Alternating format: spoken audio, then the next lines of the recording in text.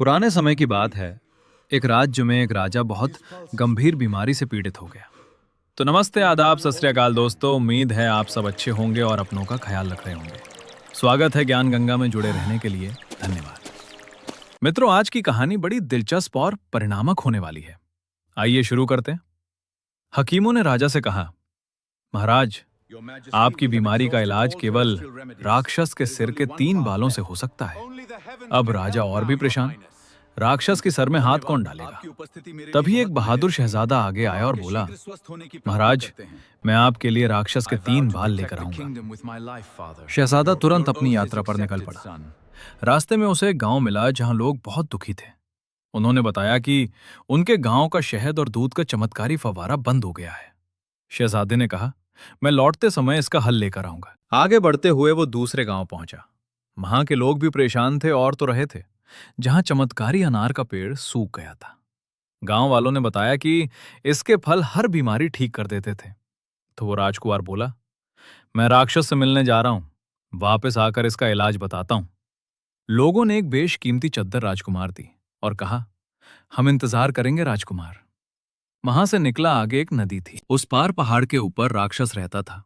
राजकुमार नाव में बैठा मल्लाह नाव चला रहा था, लेकिन राजकुमार को लगा कि मल्लाह सदियों से वही नाव में हो। धन्यवाद उसने मल्लाह। पूछा, चलो चलें। कोई परेशानी?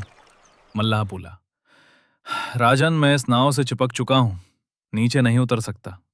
तब राजकुमार बोला, मैं राक्षस से मिलने जा रहा हूं, आते हुए आपको हल बताऊंगा।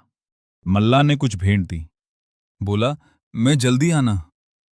राजकुमार नाव से उतरा, पहाड़ पे चढ़ता है। आगे कुटिया दिखती है। राजकुमार ने दरवाजे पे खड़ा होकर आवाज दी तो अंदर से एक बुढ़िया बोली, कुछ तोहफे जो फुहारे वालों दिए थे। बुढ़िया को देते हुए उसने बताया, मैं फला गांव का राजकुमार, 3 सवालों के जवाब और राक्षस के सिर के 3 बाल मुझे चाहिए राजा के इलाज के लिए। और हां, पहला सवाल, फलां गांव में चमत्कारी फुहारा था जो बंद हो गया है। फिर बेशकीमती चद्दर बुढ़िया को ओढ़ाई और बोला, दूसरा ये कि फला गांव में एक चमत्कारी अनार था जो सूख गया है, मल्लाह की भेंट देते हुए। तीसरा सवाल, वो नाव से क्यों चिपका है, उसका हल चाहिए।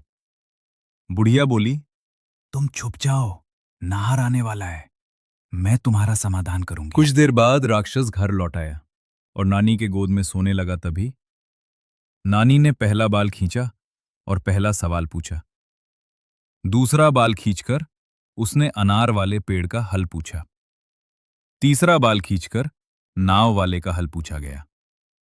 अब जैसे ही राक्षस सो जाता है, नानी ने तीनों बाल शहजादे को दे दिए और बोली, सवालों के जवाब तूने सुन लिए, अब भाग जाओ राजकुमार। वापस नाव के पास पहुंचा तो मल्लाह ने पूछा, क्या हुआ? वो बोला, उस पार जाके बताता हूं। नाव से उतरने के बाद राजकुमार बोला, आपके ऊपर जादू टूना किया गया है। आपको जब भी कोई दूसरा बंदा मिले, आप हाथ मिलाते हुए उसके मुंह पे थूकना और नाव से कूद जाना। मल्लाह, चलो आप चलें। छुटकारा पा जाओगे। मल्लाह ने कुछ इनाम राजकुमार को दे दिया। राजकुमार आगे आया तो आनर के पेड़ वाले मिले। उसने बताई गई विधि अपनाई, पेड़ फिर हरा हो गया। राजकुमार ने चमत्कार वहां कर से दिया भी है। गांव लोगों के वो लोगों ने वापस आ गए तोहफे में हैं। बहुत वो खुश हुए। वापस आ गए हैं। और आगे आता है तो फुहारा जो बंद हो गया था, विधि विधान से चालू कर देता है। गांव के लोग बहुत खुश थे। जिसके पास जो भी था, राजकुमार को उपहार देते हैं। आखिर राजा के महल में आ जाता है। हकीमों को 3 बाल देता है। राजा ठीक हो जाता है। मित्रों, राजा थोड़ा लालची किस्म का था। उसने सोचा कि राजकुमार राक्षस से बहुत इनाम लेकर आया है, क्यों ना मैं भी जाऊं।